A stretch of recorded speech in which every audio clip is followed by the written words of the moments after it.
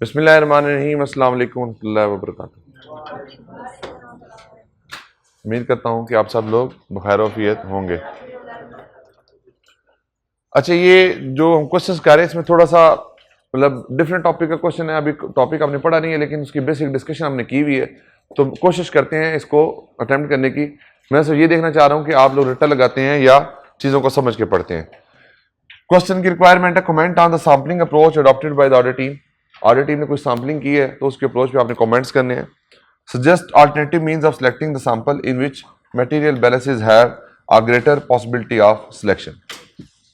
दो आपने एस्पेक्ट्स को देखकर इस क्वेश्चन को अटेम्प्ट करना है। पहला यह कि सैम्पलिंग अप्रोच जो ने अटेम्प्ट की है वो ठीक है या नहीं है, और उसको किस तरीके से आप सैम्पलिंग कर सकते हैं। You are the audit manager on Apple Distribution Limited ADL. While reviewing the audit planning documentation, you found that audit team has selected 100 out of 2550 debtor for balance confirmation. 2550 customer में से हमने कितने select किए हैं? 100. The detail are as follows. और 100 की detail क्या है वो उसने बता दी है। 50 largest debtors constitute approximately 40% of total debtors. Out of these 10 have been selected. 50 debtors हैं जो 40% ऑफ पॉपुलेशन को रिप्रेजेंट करते हैं, उसमें से हमने कितने सेलेक्ट कर लिए हैं? 10 सेलेक्ट कर लिए हैं। जी बताएं, ठीक किया नहीं किया? ठीक, क्या करना चाहिए? जो 50 क्यों 2550 की आपकी पॉपुलेशन है, उस 2550 में 50 ऐसे कस्टमर जो 40% को रिप्रेजेंट करते हैं, तो why not to test all the 40%? तो ये स्ट्रैटिफिकेशन ऑलरेडी हुई है, तो इन 50 को आप सारों में सेलेक्ट करें। 10 की सिलेक्शन यहां पे समझ नहीं आती। अब यहां पे जब आपने आंसर लिखना है तो उसके लिए क्या लिखना आपने? जहां पे वो सिलेक्टिंग 100% आइटम्स है ना, यानी कि जब आप कब कौन सी ऐसी सिचुएशन होती है जिसमें आप 100% आइटम्स को सिलेक्ट करते हैं, तो पहले उसका क्राइटेरिया लिखें कि ये क्राइटेरिया होता है जब 100% आइटम को सिलेक्ट कर लिया जाता है, उसके साथ उसको फिलिंग कर दें। आप कहेंगे क्योंकि यहां पे आपके थोड़े नंबर के अंदर बड़ी पॉपुलेशन जो है वो आपकी टेस्ट हो जाती है, उसके ऊपर आपकी ज़्यादा ऑडिट एफर्ट्स नहीं लगती, ज़्यादा टाइम नहीं लगता, तो इसलिए इस तरह की सिचुएशन के अंदर आप अपने सारी की सारी पॉपुलेशन को क्या कर लें? टेस्ट कर लें। 90 daters were selected through happiness sampling.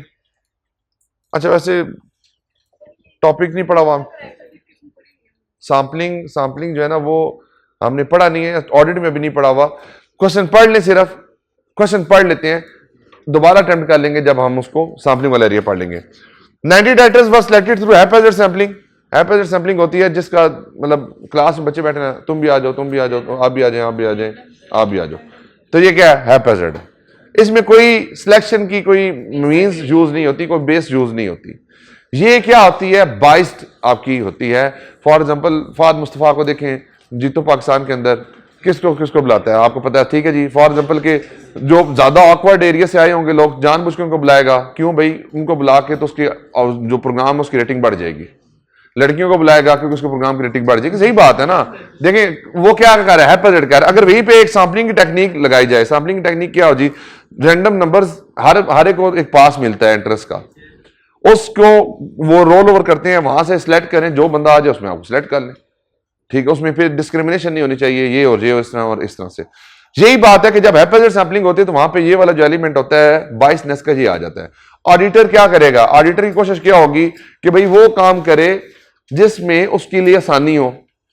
मैं आइटम को सिलेक्ट कर लूं पहले और बाद में जाकर उसको चेक कर लूं कि जनाबे वाला ये वहां पे मौजूद है या नहीं। फॉर एग्जाम्पल मुझे करना क्या चाहिए? लिस्ट को पकड़ूं, उसके ऊपर सैंपलिंग अप्रोच लगाऊं, वहां से सिलेक्शन ऑफ ट्रांजेक्शंस करूं, फिर जाकर टेस्टिंग करूं। हैप्पीनेस में क्या हो सकता है?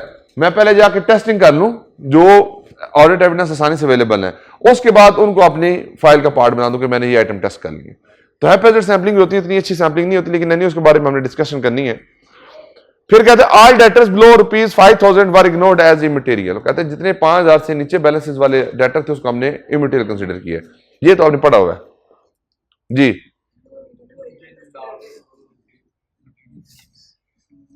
लार्ज नंबर हो के मटेरियल हो सकता है, बिल्कुल ठीक है, लेकिन बात क्या है? पहले आप यही लिखेंगे कि ये इंडिविजुअली तो 5000 शायद मटेरियल लग रहा है, लेकिन जब इसको एग्रीगेट करेंगे तो क्या हो जाएगा? मटेरियल हो जाएगा। अब अगर मैं इसमें से कोई आइटम टेस्ट ही नहीं करता तो पॉपुलेशन क्या रह जाएगी? अनटेस्टेड रह जाएगी। जब पॉपुलेशन अनटेस्टेड रह जाएगी तो हमारे पास ऑडिट एविडेंस ही नहीं होगा। जब हमारे पास ऑडिट एविडेंस नहीं होगा तो we can't form any form of opinion on the financial statements. ये समझ आ गई बात की? Balance due from government and some of the related parties were ignored as previous year working paper showed that they never responded to the request for confirmation. देखें, दो बातें लिखी हैं। गवर्नमेंट के जो कस्टमर्स हैं उनको और रिलेटेड पार्टी को कंफर्मेशन नहीं भेजी, इसलिए नहीं भेजी कि पिछले सालों में वो इसका रिस्पॉन्स ही नहीं करते। क्या ये ठीक है जी? बात क्या है? यहां पे इशू क्या है? किस तरह से आप करेंगे एवेलुएट इसको? बात यह कि अगर पिछले सालों में रिस्पांस नहीं आया तो यहाँ पे हम नेगेटिव फॉर्म ऑफ कंफर्मेशन नहीं भेज सकते। यहाँ पे हमें क्या करना पड़ेगा? पॉजिटिव कंफर्मेशन भेजनी पड़ेगी, फॉलोअप्स करने पड़ेंगे, क्लाइंट से डिस्कस करना पड़ेगा। और अगर हम इसके ऊपर प्रोसीजर नहीं लगाते तो ये पॉपुलेशन क्या रह जाएगी? अनटेस्टेड। दूसरी बात क्या है? रिलेटेड पार्टी के अंदर क्या होता है? रिस्क होता है। तो रिलेटेड पार्टी में जब रिस्क है तो एक हाई रिस्क एरिया को आपने क्या कर दिया? छोड़ दिया। तो जब छोड़ दिया तो आपके पास ऑडिट एविडेंस नहीं आया। जब ऑडिट एविडेंस नहीं आया तो ओपिनियन अपनी फॉर्म नहीं कर सकते। जी यहां तक समझ आ गई जी आपको? इसमें सिर्फ इसके अलावा बाकी तीन आपने एरियाज पढ़े हुए। क्लियर होगी जी बात? जनरल नॉलेज के सवालात होते हैं, ऑडिट में कोई इस तरह से मुश्किल सवालात नहीं होते जी।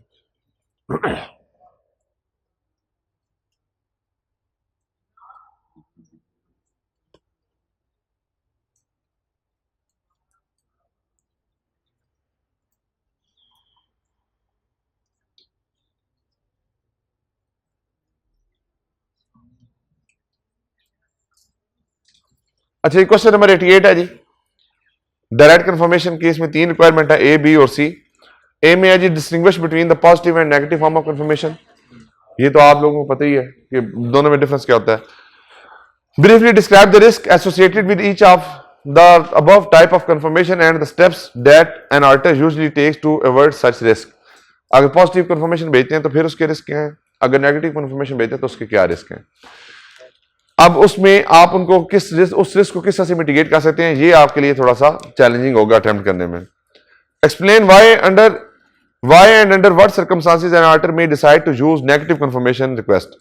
Also identify the circumstances where the auditor may use a combination of positive and negative confirmation.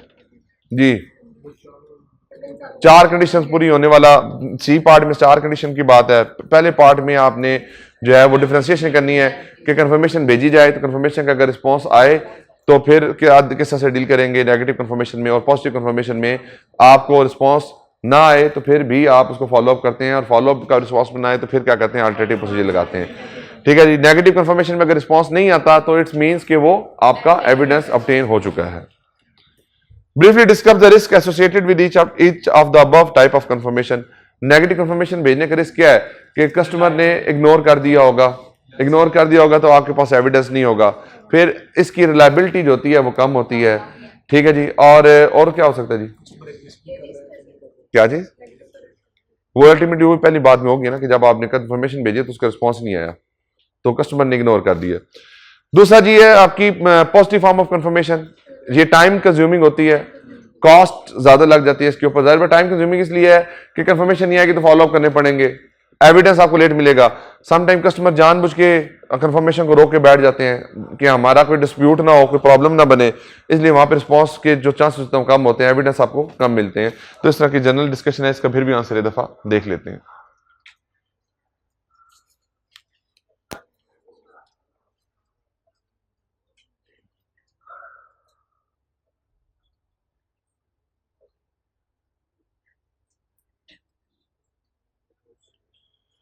पहले जी positive external confirmation request ask the respondent to reply the auditor in all cases whether he agree with the information provided in confirmation और not. तो ये simple वही बात है कि जब आपने रिस्पॉन्स करना ही करना है। रिक्वेस्ट आस्क नेगेटिव में क्या कहती है? Request ask the respondent to reply only in event of the disagreement. Disagreement case में जहां पर रिस्पॉन्स है उसको क्या कहा जाता है? नेगेटिव कंफर्मेशन कहा जाता है। एसोसिएटेड रिस्क क्या है आपकी पॉजिटिव कंफर्मेशन के साथ? The risk associated with such type of confirmation is that the respondent may reply to the confirmation request without verifying that the information is correct. जारी बात है, कंफर्मेशन आई है, उसने कहा एक जनरल प्रोसीजर के तौर पे ये कंफर्मेशन आती है, साइन करो और भेज दो। The auditor is not ordinarily able to detect whether this has occurred.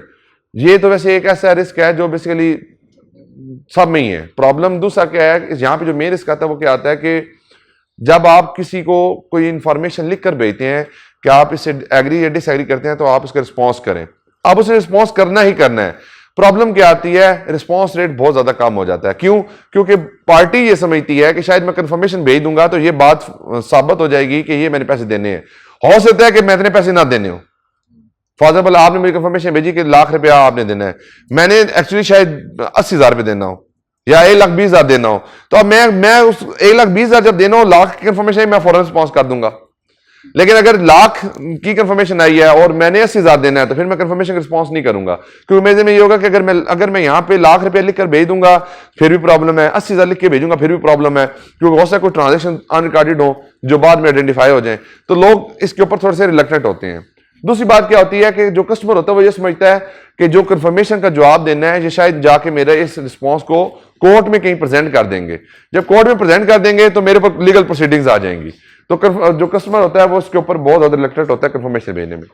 तीसरी बात, क्योंकि इसमें उसने जवाब देने ही देना है, चाहे एग्री करता है या डिसएग्री करता है, तो उसके ऊपर उसकी कॉस्ट इन्वॉल्व हो रही होती है। जाहिर बात, उसने कोरियर, उसका टाइम भी लग रहा होता है, कॉस्ट भी लग रही होती है। तो जो कस्टमर होते हैं वो नॉर्मली इतने पढ़े लिखे नहीं होते, वो फिर कंफर्मेशन रिक्वेस्ट को क्या कर देते हैं, इग्नोर कर देते हैं। अब देखें इसका मतलब क्या हुआ कि अगर कंफर्मेशन के ऊपर हमें प्रॉब्लम आ रही है टाइम और कॉस्ट की, तो उसके लिए हम क्या करें, एक ऑलरेडी एडवांस एनवेलप उसको दे दें जिसके ऊपर टिकट भी लगी हो, हमारा एड्रेस भी लिखा हो, उसने सिर्फ कंफर्मेशन को साइन स्टैम्प करके उसके अंदर पैक करना है। इससे क्या होगा कि उसको टाइम की सेविंग हो जाएगी, कॉस्ट की सेविंग हो जाएगी, तो क्या कर देगा, कंफर्मेशन का जवाब दे देगा। दूसरी बात से यहां पे क्या की थी, वेरिफिकेशन के बगैर वो कंफर्मेशन आपको भेज दे, तो आप उसके अंदर नॉर्मली जो इस तरह की जब वेरिफिकेशन के बगैर वाला रिस्क होता है, ये नॉर्मली रिस्क तो फिर आप तो मिटिगेट शायद इस तरीके से नहीं कर सकते, लेकिन उसमें ये हो सकता है कि आप उसको इनवाइस वाइज ब्रेकअप भेज दें। तो हो सकता है उसके लिए क्या एडवांटेज हो कि भाई वाकई 4 इन्वेस्टिस मेरी पेंडिंग है, तो मैं 4 इन्वेस्टिस को ही कंफर्म करना है, मैंने 5 इन्वेस्टिस को या 3 इन्वेस्टिस को कंफर्म नहीं करना। उसके लिए फिर अगेन टाइम और कॉस्ट की सेविंग हो जाएगी और शायद कंफर्मेशन को फिर देकर जवाब दे देगा। या दूसरी बात क्या हो सकती है कि आप कस्टमर को फॉलो अप करें फोन के थ्रू, ईमेल्स के थ्रू, कि भाई बैलेंस को दोबारा चेक कर लीजिएगा, कोई मसला मसाइल है तो उसको आप ठीक कर लीजिएगा।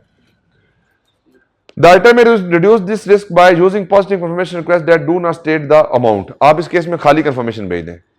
वैसे मेरा ख्याल है खाली कंफर्मेशन भेजेंगे तो फिर तो जवाब बिल्कुल भी नहीं आएगा, क्योंकि उसको टाइम एफर्ट ज्यादा लगेगी। लेकिन नहीं हो, मतलब आप भेज सकते हैं, दोनों रिस्क आप लिख लें। मैंने और रिस्क भी इसमें बातें की, उसमें सिर्फ एक रिस्क की बात की है, तो बाकी रिस्क आप अपने माइंड में रखें, उसके साथ उसको लिंक कर दें।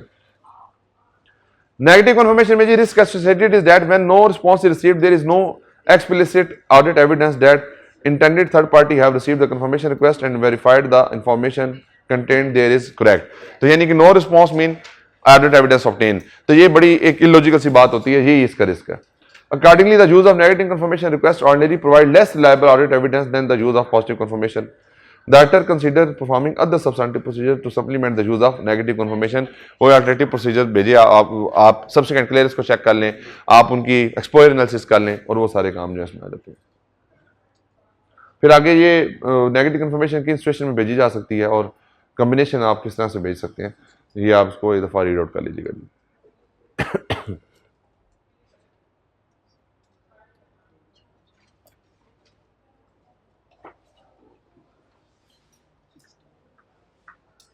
लेकिन ये एक अच्छा क्वेश्चन आया जी आपके लिए। रिक्वायरमेंट है जी, evaluate the decision regarding sending of the negative confirmation। Negative confirmation भेजी है, आप उसके डिसीजन को evaluate करें। Determine the course of action the auditor should consider in case of balance agree। अगर बैलेंस एग्री करे फिर क्या करेंगे, बैलेंस नॉट एग्री, और अगर बैलेंस एग्री नहीं करता फिर क्या करेंगे, और अगर रिस्पॉन्स रिसीव ही नहीं होता फिर क्या करेंगे। ये तीनों बातें आपने बड़ी डिटेल में पढ़ी हुई हैं। The audit of Seath Pharmaceutical Limited (SPL) is in progress. Based on the previous experience with the client and the initial test of control, the auditor has assessed low risk of material misstatement in the area of data। उसने कहा जी रोमम क्या होगी, reduced है, low है। The data circulation summary depict the following information। Distributor के number of कितने customers हैं जी, 12। Balance कितना है जी, 75,200 का। कंफर्मेशन भेजी कितनी है, 8। अमाउंट कवर्ड कितनी हुई है, 7,500। और नेचर ऑफ कंफर्मेशन है पॉजिटिव। कंफर्मेशन रिसीव कितनी हुई है, 7। पहले तो ये इसके ऊपर कमेंट कर लें, डिस्ट्रीब्यूटर के अंदर 12 कस्टमर हैं और एक मेजर बैलेंस को कवर करता है, तो यहां पे क्या करना चाहिए था, सबको कंफर्मेशन भेजनी चाहिए थी। पहला आप ये कमेंट करेंगे कि जहां पे 12 कस्टमर्स हैं और उसमें से 8 कंफर्मेशन भेजना, ये इलॉजिकल सी बात है, हमें यहां 12 के 12 कस्टमर्स को ही कंफर्मेशन भेजनी चाहिए। पॉजिटिव का बिल्कुल डिसीजन ठीक है, जाहिर बात है बैलेंस की नंबर ऑफ ट्रांजेक्शन कम है और अमाउंट ज्यादा है, तो इसलिए ये बैलेंस को पॉजिटिव कंफर्मेशन भेजने वाला बिल्कुल ठीक है। जहां तक रही बात के कंफर्मेशन रिसीव हुई है 7, तो अब जो 7 रिसीव हुई है, एक कंफर्मेशन रिसीव नहीं हुई, पॉजिटिव कंफर्मेशन है जी, नहीं एक्सेप्शन नहीं, पॉजिटिव भेज दी ना, वो तो नेगेटिव उस पॉजिटिव के लिए ना, वो पॉजिटिव तो ऑलरेडी भेज दी हुई है। अब कंफर्मेशन का जवाब 7 का आया है, जिस एक का जवाब नहीं आया उसके ऊपर क्या करेंगे, फॉलो अप करेंगे। फॉलो अप अगर नहीं जवाब आता फिर क्या करेंगे, अल्टरनेटिव प्रोसीजर की तरफ जाएंगे। And what are the alternative procedure, subsequent clearance को चेक करेंगे और नेट एक्सपोजर के ऊपर जो इनवाइसेस का ब्रेकअप है उसको जाकर चेक कर लेंगे, इनवाइस के जो डाटा है उसके बैकएंड की जो वर्किंग है उसको जाकर चेक कर लेंगे वाकई बैलेंस एग्जिस्ट करता है या नहीं करता। अब यहां पे बैलेंस एग्री, वैसे जनरल वो जो उसने पूछा balance agree balance disagree, वो आप जनरल लिख देंगे, जहां बैलेंस एग्री करे वहां पे फर्दर ऑडिट प्रोसीजर लगाने की जरूरत नहीं होती। जहां बैलेंस डिस एग्री करते हैं वहां पे क्या करते हैं, वहां पे रिकंसिलिएशन ऑब्टेन करते हैं और उस रिकंसिलिएशन के ऊपर फिर हम काम करते हैं। और अगर आपका कंफर्मेशन का रिस्पांस रिसीव ना हो तो फिर क्या करते हैं, फॉलो अप, और फॉलो अप का रिस्पांस रिसीव ना हो तो फिर क्या करते हैं, अल्टरनेटिव प्रोसीजर। जी जी जी बात हुई, आप मेरा ख्याल है थोड़ा सा ना 1G के अंदर इस वक्त मौजूद है, हम क्लास में 5G या 4G के ऊपर हम परफॉर्म कर रहे हैं। ये बात स्टार्ट यहीं से हुई थी। देखें बैलेंस और सेंडिंग है, 12 कस्टमर के अगेंस्ट इतना बैलेंस है, 8 को जो कंफर्मेशन भेजी है उसके अगेंस्ट इतना बैलेंस है। ये बात समझ आइए, टोटल पॉपुलेशन 12 है, 12 का बैलेंस कितना है 75,000, उन 12 में से सिलेक्ट कितने हमने किए 8, इन 8 का बैलेंस कितना है 70,500। जी है। आगे होलसेलर्स, होलसेलर के अंदर 105 का नंबर है, 52,500 की इसकी बैलेंस और सेंडिंग है, कंफर्मेशन भेजी है 30 को, अमाउंट कवर्ड हुई है 12,500 की, और नेचर ऑफ कंफर्मेशन क्या पॉजिटिव, और कंफर्मेशन रिसीव जो है वही है 28। यहां पे जो प्रॉब्लम है वो क्या है कि आपने तकरीबन अपनी जो पॉपुलेशन है वो कवर किया है तकरीबन 32%, और बैलेंस कवर कितना आपने किया है 12,500। अगर इसको फर्दर स्ट्रैटिफाई कर लिया जाता, स्ट्रैटिफिकेशन क्या होती है, इसके फर्दर ब्रेक डाउन कर लिया जाता, फॉर एग्जांपल के टॉप 10 कस्टमर्स, टॉप 20 कस्टमर्स, तो हम उसमें फर्दर अगर स्ट्रैटिफिकेशन कर लेते तो शायद ये हमारा जो नंबर था, ये नंबर ठीक है, नंबर के साथ जो पॉपुलेशन की अमाउंट है ये ज्यादा अच्छी कवर हो जाती है। लेकिन उसने हमसे नंबर ऑफ ट्रांजेक्शन के ऊपर क्वेश्चन नहीं किया, उसने कहा जी कि पॉजिटिव और नेगेटिव फॉर्म ऑफ कंफर्मेशन पे कमेंट करें। इस केस में उसने पॉजिटिव कंफर्मेशन भेजी है, ये ठीक है, गलत क्यों है, सही है ना, small amount with large numbers. अब देखें यहां पॉजिटिव कंफर्मेशन तो बिल्कुल ठीक है, कमेंट किस पे करना है, इनके ऊपर। अब आया है कि 28 का रिस्पॉन्स आया, 30 में से 28 का रिस्पॉन्स आया, कंफर्मेशन पॉजिटिव है, तो क्या करना पड़ेगा, फॉलो अप। फॉलो अप को जवाब नहीं आएगा तो क्या करना पड़ेगा, अल्टरनेटिव प्रोसीजर की तरफ जाना पड़ेगा। अब बार बार आपने नहीं लिखना अल्टरनेटिव प्रोसीजर, आप फॉर लिख देंगे in case of distributors and wholesaler as the confirmation was positive form of confirmation and only some customers have confirmed their balances. So in the both circumstances we will send a follow-up confirmation, and if the follow-up confirmation is not received then we will perform the alternative procedure. फिर alternative procedure क्या होते हैं वो आप सारे लिख देंगे, उससे क्या होगा आपकी पूरी रिक्वायरमेंट कवर हो जाएगी, बार बार आपको दोबारा डुप्लीकेट नहीं करना पड़ेगा, बार बार एक चीज को 2 दफा नहीं लिखना पड़ेगा। क्लियर हो गई बात यहां तक, क्यों, थोड़े से कस्टमर हैं और नहीं 105 कस्टमर ज्यादा सुने।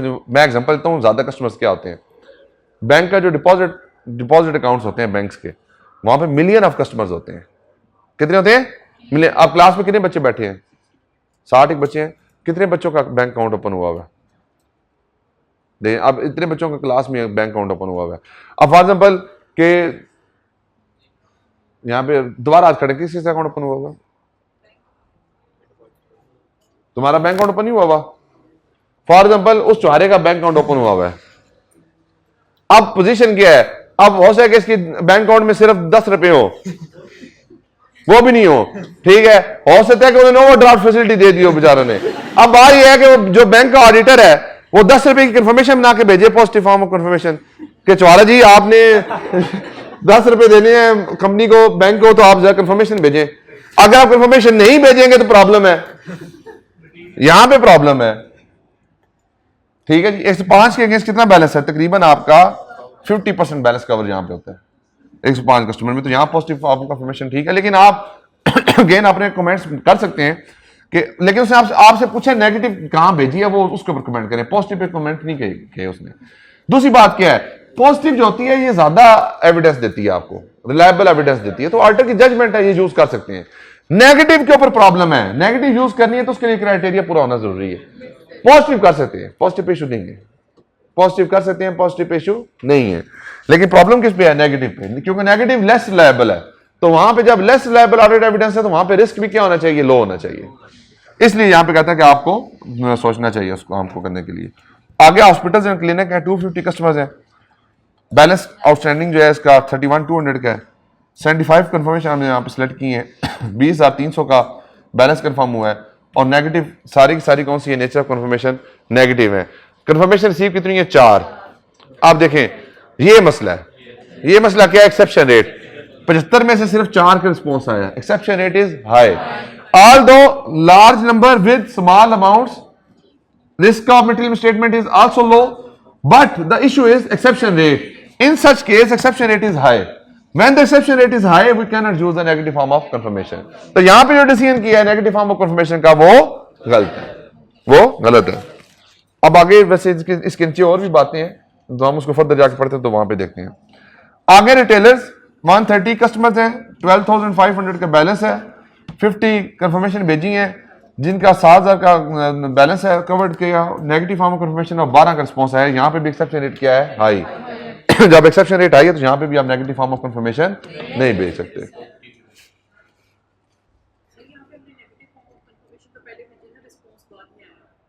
देखें आपके पास प्रीवियस एक्सपीरियंस है, तो हम ये ज्यूम करेंगे कि अगर आज इस साल मुझे 4 कंफर्मेशन आई हैं या 12 कंफर्मेशन आई हैं, तो पिछले साल भी इसी तरह की आई होंगी। तो आप एक्सेप्शन रेट के ऊपर, अच्छा बिलफर्ज मैं पहला साल ही है, पहले साल में नेगेटिव कंफर्मेशन भेज दी है, अब मुझे पहले साल में उसके ऊपर जो है रिस्पांस ठीक नहीं आया, हालांकि मैनेजमेंट ने मुझे कहा था कि आप भेजे सारे कंफर्मेशन आपको रिस्पांस करेंगे।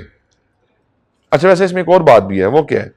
वो ये है कि जो 12 जो डिसएग्री करते हैं लोग, उन्होंने कंफर्मेशन का जवाब देना है, जो डिसएग्री करते हैं उन्होंने जवाब देना है। तो अब यहां पे आप अज्यूम करेंगे कि अगर एक्सेप्शन रेट हाई है, अगर एक्सेप्शन रेट हाई है विच सीम्स हेयर, यानी जो लग रहा है कि शायद एक्सेप्शन रेट हाई है हमारा, नहीं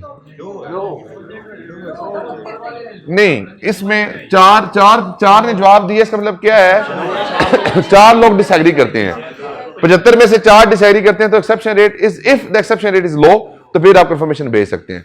अब यहां पे भी सेम यही लिखेंगे, if exception rate is low, फिर आप ये वाली नेगेटिव फॉर्म ऑफ कंफर्मेशन भेज सकते हैं। एंड अब नीचे एक दफा क्वेश्चन पढ़ते हैं, क्वेश्चन अभी नीचे पढ़ते हैं, तो दोबारा इसको दोबारा रिविजिट भी कर लेंगे। Analysis of the confirmation received is as follows. जाहिर बात एनालिसिस के बगैर हम आगे नहीं चल सकते। 3 out of 7 confirmation received from distributor did not agree with the amount outstanding in the SPL ledger। तो जो ऊपर आपके जो ये थे ना, ये वाले डिस्ट्रीब्यूटर में 3 कस्टमर की कंफर्मेशन, ये 7 के अंदर जो 7 का रिस्पांस आपको रिसीव हुआ है, 7 में से जो 3 है वो डिसएग्री हैं। अब जहां पे डिसएग्री हो वहां पे क्या करते हैं? रिकंसिलिएशन ऑब्टेन करेंगे। उस रिकंसिलिएशन के ऊपर क्या करते हैं? टाइमिंग डिफरेंस है या मिसस्टेटमेंट है, और उसकी अरिथमेटिकल एक्यूरेसी को टेस्ट करते हैं। बैलेंस एज पर जीएल को जीएल से चेक करते हैं, बैलेंस एज पर कंफर्मेशन को कंफर्मेशन से चेक करते हैं। दरमियान की जो मूवमेंट होती है उसके ऊपर आपने प्रोसीजर परफॉर्म करते हैं। तो ये सारे काम हम यहां पर लिख देंगे। तो इस केस में कोई इशू नहीं है। वन ऑफ द डिस्ट्रीब्यूटर, फिर डिस्ट्रीब्यूटर की बात हो रही है। One of the distributor Salim distributor private limited has gone into winding up. एक कस्टमर क्या हो गया? वाइंडिंग अप में चला गया। The balance receivable from SDPL is outstanding since last 1 year. और इसका बैलेंस की जो एजिंग है वो भी 1 साल से पुराना है। तो यहां पे क्या करेंगे? यहां पे आपका बैड डेट का रिस्क है। जब वाइंडिंग अप में चला गया है तो इसके ऊपर हमें क्या बुक करनी पड़ेगी? प्रोविजन बुक करनी पड़ेगी। यहां पे प्रोविजन बुक करने के लिए हमें क्या करना पड़ेगा? क्या करना पड़ेगा, लीगल एक्सपर्ट की ओपिनियन लेनी पड़ेगी, जो वाइंडिंग अप का जो लिक्विडेटर पॉइंट हुआ है उससे कंफर्मेशन लेनी पड़ेगी और उससे पूछना पड़ेगा कि एक्सपेक्टेड अमाउंट क्या रिकवर हो सकती है। जितनी अमाउंट रिकवर हो सकती है उतनी अमाउंट हम अपने पास रिकॉर्ड करेंगे, बाकी को क्या कर देंगे, हम राइट ऑफ कर देंगे, प्रोविजन बुक कर देंगे।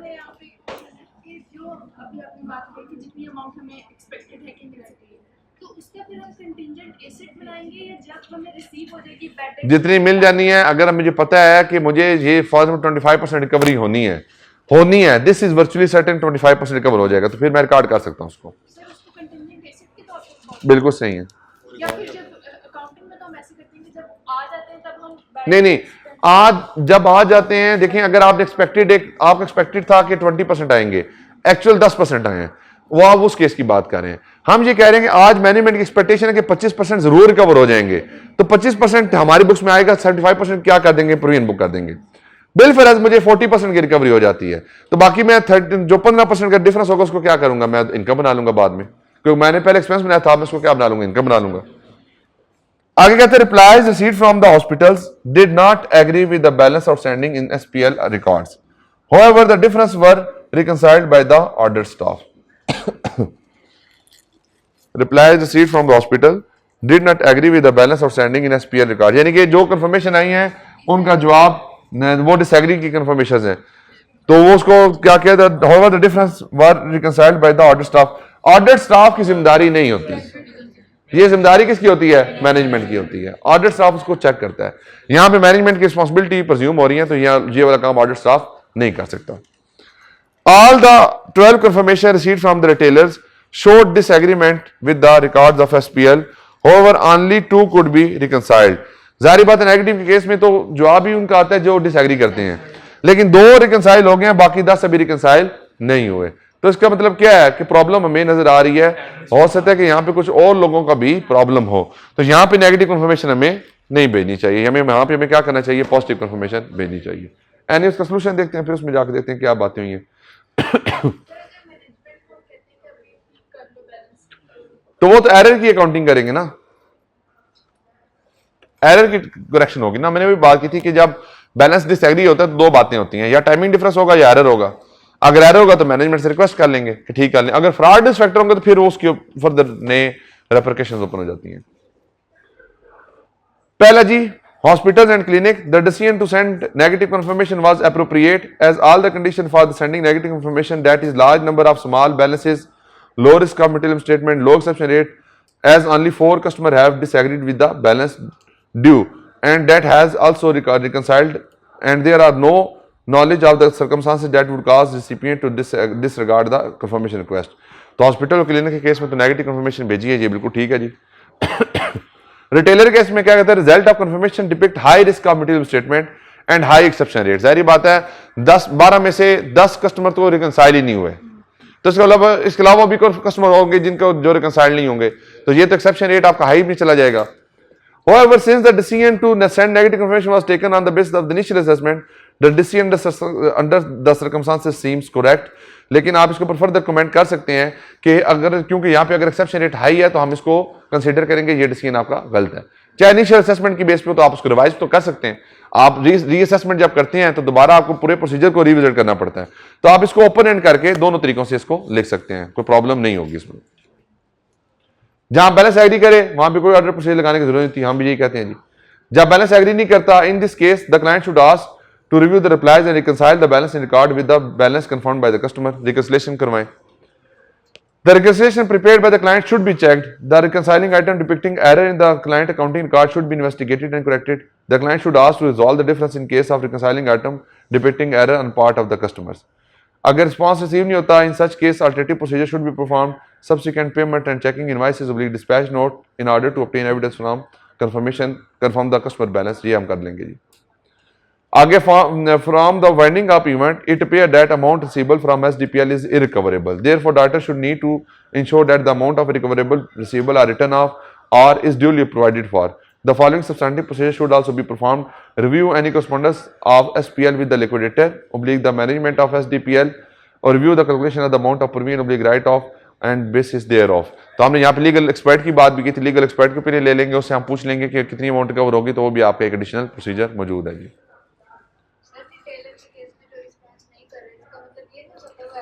प्रॉब्लम यह है कि देखें एग्री, अब यहां रिटेलर केस में प्रॉब्लम क्या है, 12 कंफर्मेशन का जवाब आया है, यानी 12 डिसएग्री कर रहे हैं। अब प्रॉब्लम यह है कि जो डिसएग्री कर रहे हैं क्या उनका बैलेंस हमारे पास रिकंसाइल हो रहा है? इफ आंसर इज यस फिर तो ठीक है, लेकिन हमारे केस में आंसर नो है। 12 में से 10 का तो बैलेंस ही रिकंसाइल नहीं हुआ। इसका मतलब क्या है कि यहां पे कोई ना कोई फिक्टिशियस बात जरूर है। देखिए मैंने आप लोगों को नेगेटिव कंफर्मेशन भेज दी, आपने मुझे कहा कि 10 लोगों ने कहा जी कि बैलेंस हमारा एग्री नहीं करता, मेरे पास कोई एविडेंस ही नहीं है यह साबित करने के लिए क्लाइंट ठीक कह रहा है या गलत कह रहा है। तो इसका रिस्क क्या है कि बाकी जो कस्टमर्स होंगे जिन्होंने रिस्पॉन्स नहीं किया होगा उन्होंने इग्नोर किया होगा, और अगर वो रिस्पॉन्स कर देते तो फिर अगेन वहां पे भी एक डिफरेंस आ जाता, और अगर वहां पे कोई डिफरेंस आ जाता तो वो मेरे पास रिकंसाइल्ड ना होता, अगर रिकंसाइल्ड ना होता तो मेरे पास ऑडिट एविडेंस ही ना होता। इसलिए वहां पे नेगेटिव फॉर्म ऑफ कंफर्मेशन हमारी एप्रोप्रिएट नहीं होगी। ये बात समझ आ गई थी आप लोगों को? मुश्किल तो नहीं है ना सवाल? इतना मुश्किल नहीं है, थोड़ा बहुत ही है।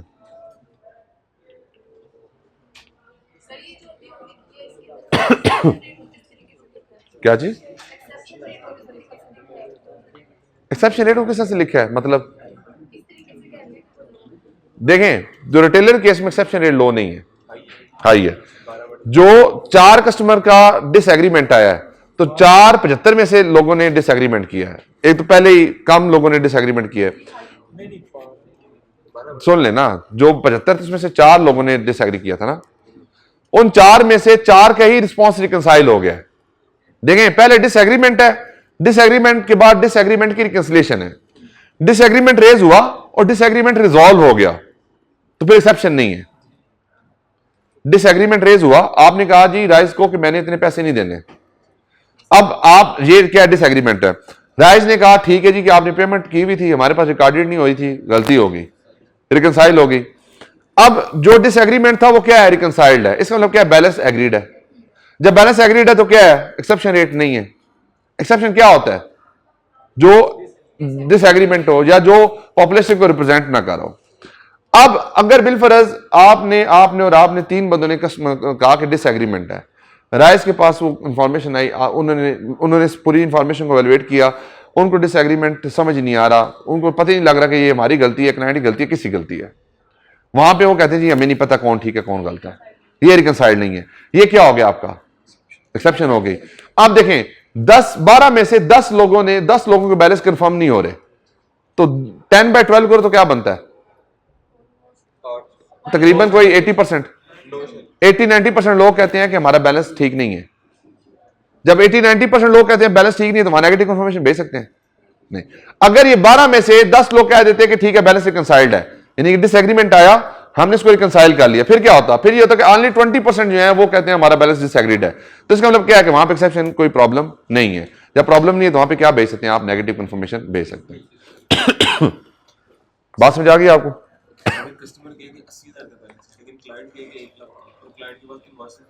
देखें अगर क्लाइंट के पास उसकी रिकंसिलिएशन है और आप उस रिकंसिलिएशन के ऊपर एग्रीड हैं तो फिर एक्सेप्शन तो नहीं है। नहीं ऐसे नहीं है ना, कस्टमर को तो अभी चीज नहीं मिली ना, इसलिए उसने पर रिकॉर्ड नहीं किया। नहीं देखो बाहर नहीं समझ रहे, आपने कहा 80,000 देना है, मैंने कहा लाख रुपए लेना है, मैं 20,000 का प्रूफ दूंगा, मैं कंपनी हूं ना, ये ऑडिटर है, मैंने कहा जी ये देखिए ये डिस्पैच नोट है, ये डिलीवरी चलान है, ये डिलीवरी चलान पे मौलवी के साइन हुए हैं, ये देखिए ये एग्रीमेंट है जो इसकी तरफ से मुझे इस दिन को आया था, इस एग्रीमेंट के अगेंस्ट ये बिल्टी बनी है जिस दिन को मैंने इसको गुड डिस्पैच की है, तो ये मेरी बात मान लेंगे? बिल्कुल ठीक कह रहे हैं आप। अब आप झूठ बोलो या जो मर्जी करो, वो ऑडिटर किसका है? लेकिन अगर देखो ऑडिटर मेरा है ना, तो उसने मेरे से प्रोसीजर लगा लिए हैं, मेरे से इंफॉर्मेशन ले ली है, मैंने उसके सर्टिफिकेशन के मुताबिक चीजें उसको प्रोवाइड कर दी हैं, इसने कहा ठीक है। अब आपसे दोबारा तो नहीं पूछेगा ना, आज से ऑडिटर दोबारा तो नहीं पूछेगा ना, आपने जवाब दे दिया? नहीं, आपने जवाब दे दिया ना। अब रिस्पॉन्सिबिलिटी किसकी थी? मैनेजमेंट की। मैंने उनको उसकी रिकंसिलिएशन बना दी, इन्होंने रिकंसिलिएशन रिव्यू कर ली तो बात खत्म होगी, फिर आपका तो बीच में रोल ही खत्म हो गया ना। आपने तो कंफर्मेशन देनी थी, आपने दे दी है, आपने भंड मारना था भंड मार दिया। ठीक है जी, क्लियर होगी यहां तक बात? कोई इशू? सवाल समझ आया जी? अब आगे चलें जरा।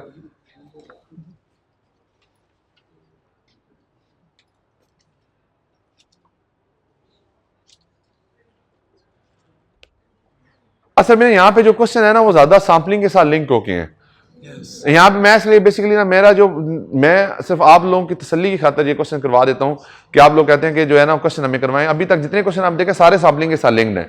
अगर मैं डेटर का पोर्शन खत्म करके आगे चले जाता हूँ, आपने कहना था इतना बड़ा टॉपिक था सर ने और सर ने ऐसे आगे करा दिया। या सैम्पलिंग होता तो सैम्पलिंग बगैर डेटर्स के नहीं हो सकता, डेटर्स बगैर सैम्पलिंग के नहीं हो सकता। तो 2-3 टॉपिक्स इकट्ठे होकर एक टॉपिक बनता है। एनीवे मैं फिर भी इसलिए करवा रहा हूँ कि चलो बेसिक कॉन्सेप्ट तो आप लोगों को बिल्डअप हुए में। आ गया जी क्वेश्चन नंबर 82, इसमें पार्ट बी है जी। पार्ट बी की रिक्वायरमेंट है discuss the appropriateness of the option discuss in the meeting and give your suggestion in this regard. अब कुछ मीटिंग में बातें हुई हैं और उसके ऊपर आप जो है ना अपने कमेंट्स करें। You are the audit incharge on the audit of the opportunity limited OL. OL deal in fast moving consumer goods. ये जो आपकी होती नहीं है, ये बेकरीज हो गई हैं, साबुन सरफ, ये वाली कंपनी होती है, फास्ट मूविंग कंज्यूमर गुड्स होती हैं। For sending confirmation, an audit team member has stratified the data as follows. Stratification क्या होती है कि सिमिलर कैरेक्टरिस्टिक्स की बेस के ऊपर आप अपनी पॉपुलेशन को क्या कर लें, सब डिवाइड कर लें। उसने कहा जी कैटेगरी ए, बी, सी और डी, 4 कैटेगरीज बनाई हैं। कैटेगरी ए में balance exceeding ₹50 million 12 customer. Category A में वो कस्टमर है जिनका 50 मिलियन का बैलेंस है और कस्टमर कितने हैं, 12 हैं। कैटेगरी बी में बैलेंस इज बिलो ₹50 मिलियन है और 100 मिलियन का आपका 100 कस्टमर्स हैं आपके। कैटेगरी सी के जो बैलेंस है वो बिलो 10 मिलियन है, उसमें कस्टमर कितने हैं, 280। कैटेगरी डी के जो बैलेंस है वो 1 मिलियन से कम है और उसके कस्टमर कितने हैं, 600। During a meeting some of the team member have express divergent views as follows. अब टीम ने उसके ऊपर को मुख्तलिफ व्यूज दिए। Verification of balance of category A and B will provide sufficient coverage and evidence, therefore there is no need to cover the other categories. वो कहते हैं ए और बी के ऊपर काम कर लें, बाकी सी और डी पे काम करने की जरूरत नहीं है। हाँ जी, क्या चीज अनटेस्टेड रह जाएगा। देखें आप, ये सैंपलिंग का एरिया, लेकिन आप लोगों को बेसिक कॉन्सेप्ट इसका मौजूद है। तो जो सी और डी है ये अनटेस्टेड रह जाएंगे। अगर सी और डी का जो टोटल सम है वो मटेरियल है तो फिर ये हम काम नहीं कर सकते। लेकिन अगर इमटेरियल बैलेंस है और क्लियरली ट्रेबल है, जिसकी वजह से हमारी कोई ऑडिट अप्रोच पे कोई इंपैक्ट नहीं आएगा, तो फिर हम क्या कर सकते हैं, ये वाली कंफर्मेशन, ये वाला काम उनको छोड़ सकते हैं। ये तो पहला डिसीजन गलत है। ये पहला डिसीजन समझ आ गया आपको। दूसरा डिसीजन क्या है जी, selection should be done on haphazard basis. किस बेसिस पे करनी चाहिए, हैप्पैजेड बेसिस पे। As under the method all item of population have the equal chance of selection. ये बात ही गलत है। हैप्पैजेड क्या है, आप आ जाओ, आप आ जाओ, आप आ जाओ, आप आ जाओ। अब यहां पे क्या है, यहां पे बाइसनेस है, इक्वल चांस नहीं है। इक्वल चांस किस में होता है, रैंडम सैंपलिंग के अंदर। इक्वल चांस किस में होता है, रैंडम सैंपलिंग के अंदर। तो यहां पे ये वाला एरिया आपका ठीक नहीं है, ये मैनेजमेंट की बात क्या है गलत। अब देखें, आपने सैंपलिंग अभी पढ़ी नहीं है, लेकिन कॉन्सेप्ट आपको है। ये क्यों कॉन्सेप्ट बिल्डअप हुआ है, क्योंकि हम साथ साथ मुख्तलिफ एरियाज को डिस्कस करते जाते हैं कि ये ऐसे काम होता है, ऐसे काम होता है, ऐसे काम होता है। क्योंकि ऑडिट में कोई चीज सिंगल स्टैंड लोन नहीं हो सकती। ऑडिट पूरे का पूरा को रिलेटेड है, को लिंक्ड है। इसमें एक टॉपिक दूसरे टॉपिक से ज्यादा टॉपिक नहीं है, हर टॉपिक आपस में को रिलेटेड है। आगे कहते हैं selection of the sample should be done systematically whereby the item outstanding 10%, the item constituting 10% of the amount in each category should be selected in descending orders। वैसे ये भी आपने ये सिलेक्शन का टूल ऐसे स्टैटिस्टिक्स में आपने शायद पढ़ा होगा। वो आप निकालते हैं 1, 5, 10, 15, 20 इस तरह करके ना आप एक सीक्वेंस बनाते हैं। तो उसमें फिर NCX P⁻X वो करके हम सिलेक्शन करते हैं कि कौन बाइनोमियल डिस्ट्रीब्यूशन वाला जो है, जो बेसिकली ये वाला एरिया है। देखिए जब हम करेंगे ना अपना सैंपलिंग का एरिया पढ़ेंगे तो फिर ये चीज समझ आएगी। तो इसलिए अभी फॉर टाइमिंग इसको आप इग्नोर कर दें। एनीहो बेटा, क्योंकि सैंपलिंग के ऊपर मैं पढ़ा तो दूंगा आप लोगों को, लेकिन उसमें क्वेश्चन है ना वो डेटर्स के साथ मिक्स होकर ही आते हैं नॉर्मली, या सेल के ऊपर मिक्स होकर आते हैं। तो सैंपलिंग सेपरेट टेस्ट नहीं होता, बल्कि किसी और टॉपिक के साथ मिलकर ही टेस्ट होता है जी।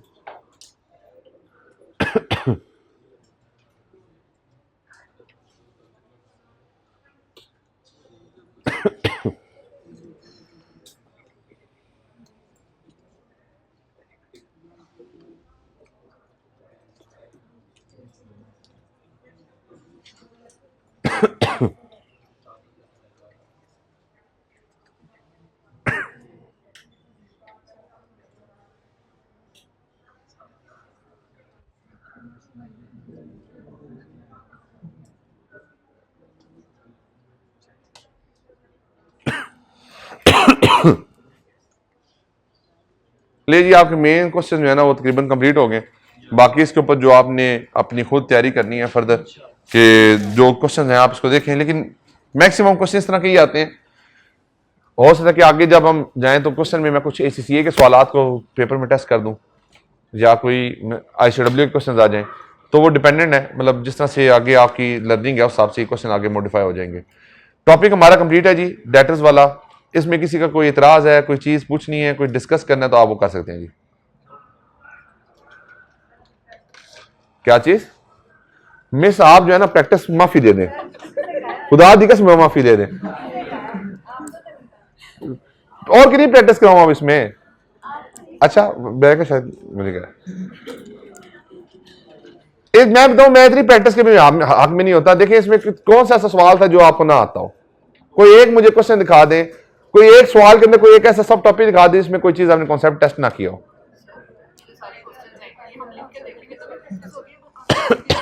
लिख के करें। इनका सवाल है जी कि ये जितने क्वेश्चन हमने किए हैं ये लिख कर करने से समझ आएगी या पढ़ के भी हो जाएगा? बेटा जब आप पढ़ के करते हैं ना तो आपके दिमाग में तो बात होती है, पेपर पे नहीं आती। तो इफेक्टिवनेस वही होगी शुरू में आप लिख कर करें। एटलीस्ट आपको पता तो चले ना कि आप थॉट प्रोसेस को कन्वर्ट किस तरह से करते हैं जी। डेटर्स के एरिया में कोई क्वेश्चन?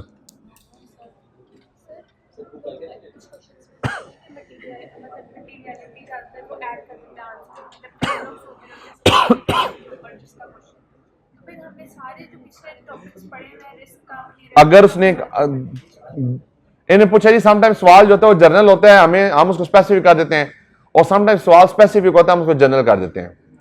अच्छा, जब क्वेश्चन की रिक्वायरमेंट होती है ना वो बड़ी मैटर करती है। भाई सुन लो इधर, क्वेश्चन की जो रिक्वायरमेंट होती है वो बड़ी मैटर करती है। अगर क्वेश्चन की रिक्वायरमेंट में ये लिखा हो कि what factor you will consider, इसका मतलब क्या है? सब कुछ जो आपने पढ़ा हुआ है, जिस तरीके से आपको लगता है यहां पे उन चीजों फिट हो सकती है वो कर दें। एक होती है कि फॉर एग्जांपल वो ये कह दे कि पूरा सवाल दिया what circumstances you will use to send the negative confirmation, what circumstance you will use to send the positive confirmation. अब उसने क्या किया? आपको स्पेसिफिक कर दिया। अब यहां पे उसने कहा कि आप इसी एरिया में फोकस करें, आप अपने आप को इधर उधर कन्वर्ट ना करें। अच्छा, जहां पे जनरल सवाल होता है ना कि what factor you will consider, ये एक रिस्क की अमल होता है। इसमें प्रॉब्लम क्या आती है? जो क्वेश्चन की रिक्वायरमेंट है, इसका मतलब क्या है? क्वेश्चन की रिक्वायरमेंट में कुछ एडिशनल फैक्टर्स मौजूद हैं। अच्छा, फिर आपने पहले क्वेश्चन की रिक्वायरमेंट पढ़ी, उसमें कहा कि what factor you will consider, आप बिंग अल्टर किन चीजों को कंसीडर करेंगे। अब आपका जो माइंड है ना उसको एक्टिव हो जाना चाहिए फौरी तौर पे। इसका मतलब क्या है कि यहां पे कोई एक बात नहीं है, एक से ज्यादा बातें हैं। अब दूसरा सवाल, दूसरा स्टेप ये आता है कि जो क्वेश्चन की बॉडी है, अब उसको फिर 2-3 दफा पढ़े फिर, क्योंकि जो अब फैक्टर्स हैं वो कहां मौजूद हैं? क्वेश्चन की बॉडी में मौजूद है, यानी क्वेश्चन के अंदर मौजूद है। फॉर एग्जाम्पल कल जो टेस्ट हमारा हुआ था, तो टेस्ट में लिखा हुआ था कि what factor you will consider, उसमें 2 फैक्टर्स थे, एक था पेटेंट राइट्स का और दूसरा था आपका डेवलपमेंट ऑफ द प्रोडक्ट का। अब 2 बातें उसमें मौजूद थी। अब कुछ बच्चों ने उसको सिर्फ पेटेंट के हिसाब से कर दिया, कुछ बच्चों ने सिर्फ उसको डेवलपमेंट के हिसाब से कर दिया, और कुछ बच्चों ने उसके अंदर जो वेरिएंस एनालिसिस थे सेल्स के वो भी डाल दिए, रिस्क बाकी थे वो भी डाल दिए।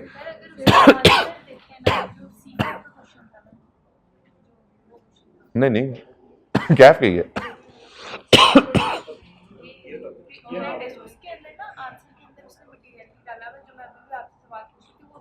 नहीं, वो तो बात अलग करते हैं ना। देखो वो ये था जो आपका बेसिकली केस था, डेप्रिसिएशन वाला सवाल था, वो इसमें नहीं था वो।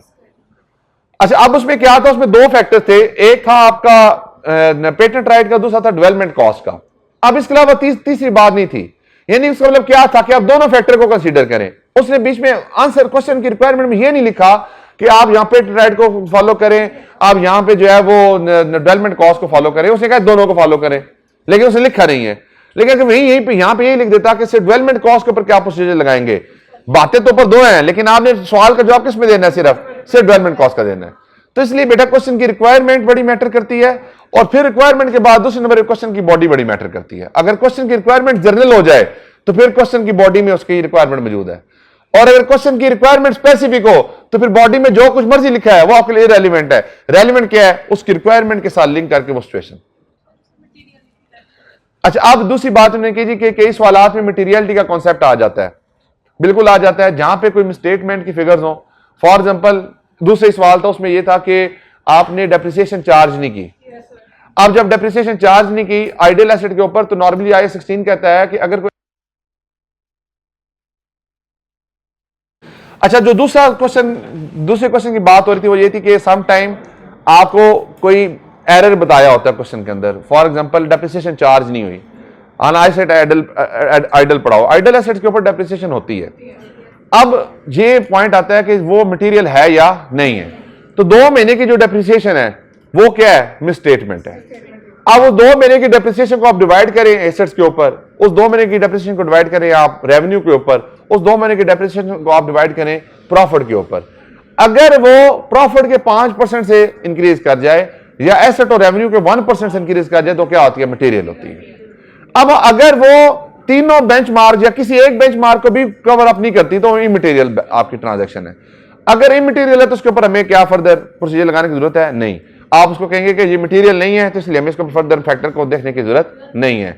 लेकिन प्रॉब्लम फिर है, प्रॉब्लम क्या है, उसने कहा कि क्वेश्चन की रिक्वायरमेंट में what factor you will consider.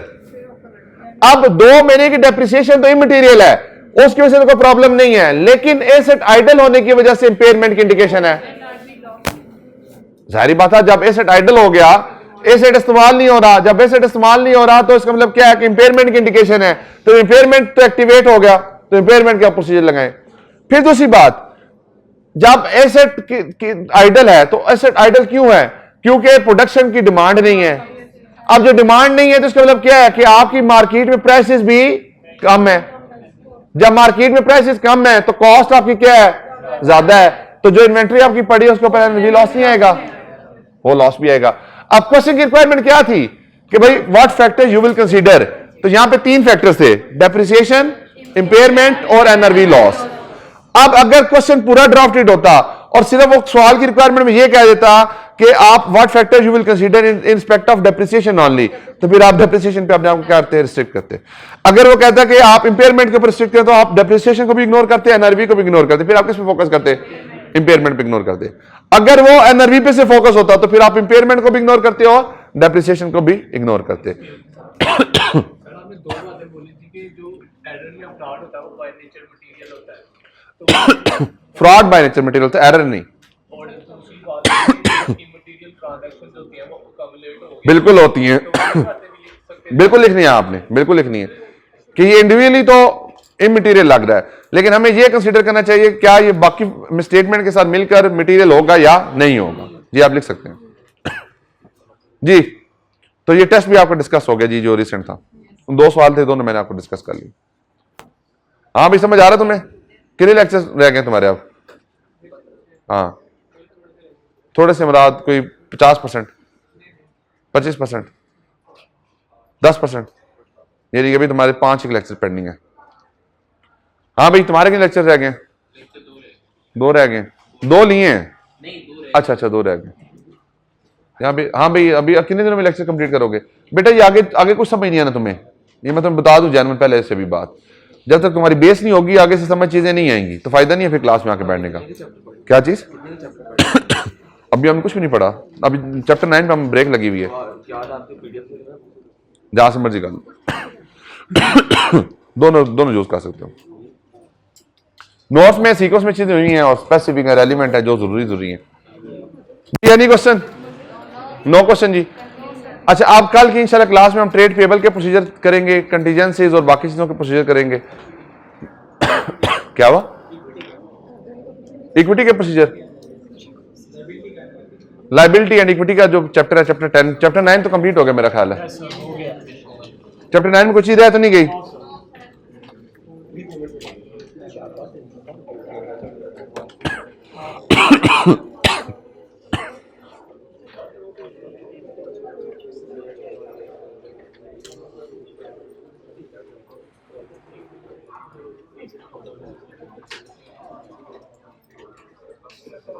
इसमें बल्कि सॉरी एक पॉइंट जो रह गया वो क्या है कि ड्राफ्टिंग ऑफ द कंफर्मेशन के पेपर में जो कंफर्मेशन रिक्वेस्ट आती है उसका फॉर्मेट एक दफा देख लीजिएगा। तो फॉर्मेट में आपको दिखा देता हूं, उसको आपने रीड आउट करके याद करने की कोशिश कर लेनी है कि कहां पे गलतियां हो सकती हैं। मैं आपको हाईलाइट करा देता हूं, ठीक है जी, अभी हाईलाइट करा देता हूं।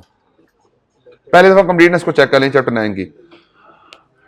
इन्वेंट्री के प्रोसीजर हमारे हो गए हैं, वैल्यूएशन ऑफ इन्वेंट्री के प्रोसीजर हो गए हैं, फिजिकल इन्वेंट्री काउंट भी हमारा हो गया, ट्रेड रिसीवेबल हो गया हमारा।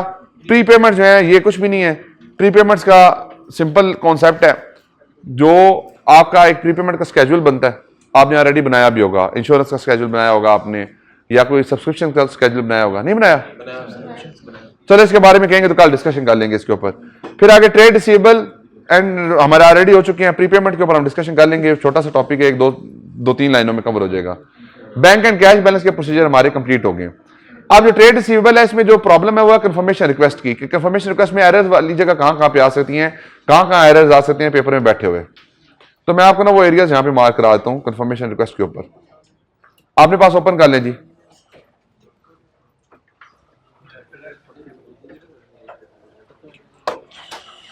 डेट के ऊपर इशू आ सकता है जी,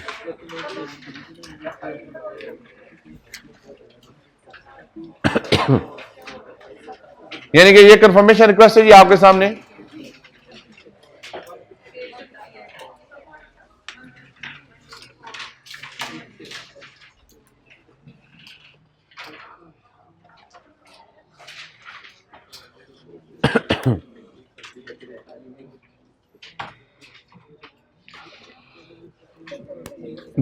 जब कंफर्मेशन रिक्वेस्ट पेपर में आएगी तो उसमें एरर्स होंगे, उस एरर्स को आपने क्या करना है, आइडेंटिफाई करना है। अब एरर्स में क्या हो सकते हैं, फॉर एग्जांपल यहां पे कस्टमर का नाम और एड्रेस आ रहा हो और जो नीचे कस्टमर का नाम और एड्रेस आ रहा हो उन दोनों में डिफरेंस हो सकता है। ऊपर कस्टमर ABC आ रहा है, नीचे XYZ आ रहा है, तो ऊपर जो कंफर्मेशन के रिस्पॉन्स है वो और नीचे वाले रिस्पॉन्स में डिफरेंस हो सकता है जी। डेट पे इशू आ सकता है, डेट पे इशू क्या आ सकता है, डेट ईयर एंड से पहले की हो सकती है, तो फिर आपने उसको अकॉर्डिंगली देखना है कि रोल और प्रोसीजर लगाने पड़ेंगे। तो आपको वो ज़हन में होना चाहिए कि ईयर एंड क्या है, ईयर एंड के साथ लिंक होनी चाहिए चीजें। लेटर हेड के ऊपर ठीक है, लेटर हेड पे क्वेश्चन नहीं है। हाँ सॉरी, लेटर हेड के ऊपर ये हो सकता है ऑडिटर का लेटर हेड दिखा दे, तो आपने कहा ऑडिटर के लेटर हेड पे नहीं होती बल्कि किसका लेटर हेड होता है, कंपनी का लेटर हेड होता है। क्या चीज, बैंक की कंफर्मेशन से ऑडिटर की लेटर हेड होती है। आगे in accordance with request of our auditor, तो यहां पे in request of our management हो सकता है, ऑडिटर की जगह पे वर्ड क्या यूज हो जाएगा, मैनेजमेंट का वर्ड यूज हो जाएगा। आगे ऑडिटर का नाम है, we ask that you kindly confirm them directly, यहां पे देम डायरेक्टली की जगह पे होगा कंफर्म टू अस। देखें, कंपनी क्लाइंट को कह रही है, कंपनी कस्टमर को कह रही है कि ये ऑडिटर है, आप इनको डायरेक्टली कंफर्म करें। पेपर में जब कंफर्मेशन रिक्वेस्ट डिजाइन होगी तो यहां पे टू देम डायरेक्टली की जगह पे ये लिखा होगा कि आप ये कंफर्मेशन का रिस्पॉन्स हमें दें, तो आप कहेंगे ये हमें रिसीव नहीं होता बल्कि किसको रिसीव होता है, क्लाइंट को रिसीव होता है, ऑडिटर को डायरेक्टली रिसीव होता है, इसमें हमारा कोई लिंक नहीं है। यहां पे डेट जो होगी वो मैटर करेगी, यहां पे डेट कौन सी होगी, क्लोजिंग डेट। अच्छा, अब वो क्लोजिंग डेट से मुराद क्या है, अगर ईयर एंड पे कंफर्मेशन भेज रहे हैं तो ईयर एंड की डेट, और अगर ईयर एंड से पहले भेज रहे हैं तो ईयर एंड से पहले की डेट। अब ये क्या होगा, आप यहां पे लिखेंगे कि ये ईयर एंड है या क्लोजिंग डेट है, तो डेट पे प्रॉब्लम आ सकती है। According to our record amounted ₹2 इतना as shown by the enclose statement, कहते हैं हमारे मुताबिक ये इतनी अमाउंट है, ये आप इसको कंफर्म करें जी। अब होगा कि ये यहां पे एक बैलेंस होगा और एक यहां पे बैलेंस होगा, दोनों में डिफरेंस हो सकता है। अगर दोनों में डिफरेंस होगा तो क्या करना पड़ेगा, रिकंसिलिएशन वाले पॉइंट देखने पड़ेंगे आपको। If the above amount is in agreement with your record, please sign in the space provided below and return this letter direct to our auditors। अब यहां पे देखें, यहां पे दो इश्यूज आ सकते हैं। ये क्योंकि कौन सी कंफर्मेशन है, पॉजिटिव फॉर्म ऑफ कंफर्मेशन है, यहां पे इसकी स्टेटमेंट को ड्राफ्ट करते वक्त वो नेगेटिव फॉर्म ऑफ कंफर्मेशन की रिक्वेस्ट ड्राफ्ट कर सकता है। फॉर एग्जांपल क्या लिखा गया, if the above amount is in disagreement with your record please sign the space provided below and return this letter to us. तो दो एरर्स आ सकते हैं, यानी कि पहली स्टेटमेंट के अंदर देखें, जब पॉजिटिव कंफर्मेशन होती है तो आप एग्री करते हैं फिर भी रिस्पॉन्स करना है, आप डिसएग्री करते हैं फिर भी आपने रिस्पॉन्स करना है। यहां पे दोनों में से एक बात इग्नोर कर देगा, या वो कहेगा कि अगर आप डिसएग्री करते हैं तो फिर रिस्पॉन्स दे दें, या सिर्फ ये लिख देगा कि अगर आप एग्री करते हैं तो फिर रिस्पॉन्स दे दें। तो आपने ये फिर कहना है कि यहां दोनों सिचुएशंस होनी चाहिए, यहां पे एक सिचुएशन है और दूसरी सिचुएशन नहीं है। दूसरी बात क्या है, डायरेक्ट टू आवर ऑडिटर की जगह पे क्या हो सकता है, डायरेक्ट टू अस, यानी आप हमें भेजें, ये प्रॉब्लम आ सकती है। अच्छा, in the enclose stamped address envelope if the amount is not in agreement. अब ये देखें, यहां पे पहले एग्रीमेंट की बात थी, फिर नॉट एग्रीमेंट की बात है। अब और से एक लाइन पूरी मिस हो जाए, तो जो पूरी लाइन मिस होगी तो आपने उसको कार्डिली वहां पे आइडेंटिफाई कर लेना है। If the amount is not in agreement with your records please notify our auditor directly. यहां पे भी क्या होगा, अस, यानी कि मैनेजमेंट को भी आप रिस्पॉन्स कर दें, of the amount shown by your records and if possible detail on the reverse of the letter, full particular of the difference, yours faithfully a company confirmation number. अब यहां पे देखें, लेटर एड किसका है, ए company का। अब यहां ए company हो, यहां पे बी कंपनी हो, फिर प्रॉब्लम है। जाहिर बात है, जो जिसने सेंड किया कंफर्मेशन वो ऑथराइज है या नहीं है। अच्छा, फिर प्रॉब्लम दूसरी क्या आ सकती है, यहां पे नीचे लिखा हो कि मार्केटिंग जूनियर, यहां पे लिखा हो जूनियर ऑफिसर, यहां पे लिखा हो पीएन, तो क्या ये ऑथराइज है, नहीं। तो ऑथराइजेशन के ऊपर भी प्रॉब्लम आती है कि जो क्लाइंट, जे साइन किसके हैं, क्लाइंट के हैं। तो क्लाइंट में जिस बंदे की कंफर्मेशन भेजी है वो क्या होना चाहिए, फुल्ली ऑथराइज्ड होना चाहिए। तो यहां पे भी इशू आ सकता है। फिर कंफर्मेशन का नंबर है जो आप रेफरेंस नंबर देते हैं। अक्सर आपने कोरस्पॉन्डेंस देखी होगी तो उस पर एक साइड पे रेफरेंस नंबर आ रहा होता है। वो रेफरेंस नंबर एक यूनिक नंबर होता है हर कंफर्मेशन के लिए, तो आप उसके ऊपर नंबर दें। फिर आगे ये नीचे है उसका एरिया जो उसने फिल करके भेजना है। ये किसने फिल करके भेजना है, कस्टमर ने फिल करके भेजना है। The amount shown above is or is not in agreement with our record as at this date. अब वो यहां पे डेट कुछ और होगी और यहां पे कुछ डेट और होगी, तो अब यहां पे लिखेंगे कि दोनों, ये किसी और डेट की कंफर्मेशन है और ये कंफर्मेशन की जो डेट हमने मांगी ये किसी और डेट की कंफर्मेशन है, तो यहां पे रिकंसिलिएशन ऑब्टेन करने की जरूरत है। आगे अकाउंट नंबर आएगा, डेट आएगी। अब ये डेट होगी जिस दिन को उसने कंफर्मेशन भेजी है। अब होगा क्या कि मैनेजमेंट क्या करेगी, जहां पे जो डेट डाली है ना, ये डेट कौन सी है, सेंडिंग ऑफ कंफर्मेशन की। यहां पे अगर सेम वही डेट आ जाए तो इसका मतलब क्या है कि आपने कंफर्मेशन सेम डे पे भेजी और सेम डे पे रिटर्न होगी, ये समझ नहीं आती। तो ये सेंडिंग कंफर्मेशन है और ये रिसीविंग कंफर्मेशन की डेट है। अब जो रिसीविंग कंफर्मेशन की डेट है ये बड़ी मैटर करती है। अब जो ऑडिट एविडेंस होता है वो कब तक ले सकते हैं, ऑडिट रिपोर्ट को साइन करने से पहले। यहां पेपर में एक जो अनहोनी हो सकती है, जो प्रैक्टिकली बहुत बड़ा चैलेंज होता है, वो क्या होता है, ये जो रिसीविंग डेट होती है ना, ये ऑडिट रिपोर्ट की डेट की बाद की डेट होगी। तो अगर ये date receiving date audit report की डेट से पहले की है तो फिर वैलिड है। अगर ये रिसीविंग डेट ऑडिट रिपोर्ट के बाद की है तो फिर ये कंफर्मेशन इनवैलिड है, इसको हम यूज नहीं कर सकते। ये बात समझ आई आपको। फिर टाइटल और पोजीशन है, यानी कि जिसने कंफर्मेशन भेजी है वो कौन है, सीएफओ है, सीईओ है, किस तरीके से।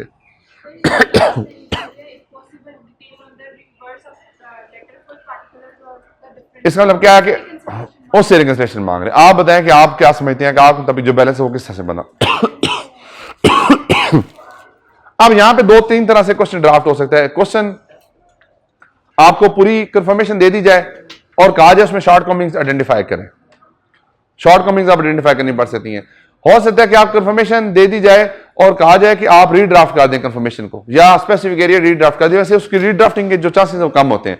तो यहां पर जो प्रॉब्लम आ सकती है वो आपकी शॉर्ट कमिंग्स की आ सकती है। तो इसके ऊपर पास पेपर में एक दो सवाल टेस्ट हुए हैं, तो वो आपने कर लेने अटेम्प्ट। ठीक है जी, क्या जी होगा नीचे।